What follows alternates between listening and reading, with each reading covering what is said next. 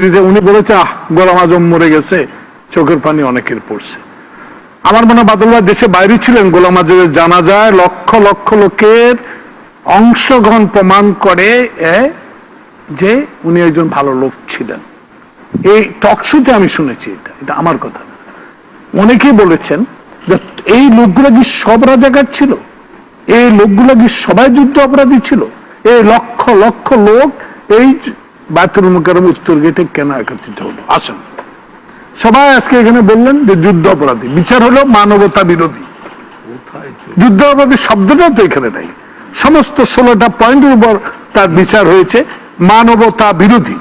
তাহলে আজকে আমিও স্মরণ করিয়ে দিতে চাই আপনার মাধ্যমে, এই সরকার মঈন ফখরুদ্দিন আমল থেকে এই পর্যন্ত যতগুলো মানবাধিকার লঙ্ঘন করেছে, ইলিয়াস আলী ছোট্ট কন্যা চোখের পানি ফেলছে, সৌদি আলমের ছেলেমেয়েরা চোখের পানি ফেলছে, এক্স এমপি লাকসামের হিরু সাহেবের সন্তান সন্ততিরা চোখের পানি ফেলছে।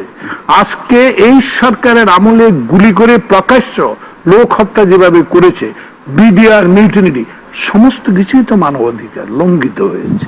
তাইলে এই মানবাধিকার লঙ্ঘিতর বিচারও বাংলাদেশের 43 বছর পর যদি মানবতা বিরোধী বিচার হইতে পারে, এখনকার সরকার আমলেও এই মানবতা বিরোধী বিচার অবশ্যই একদিন হবে। সেখানে আমি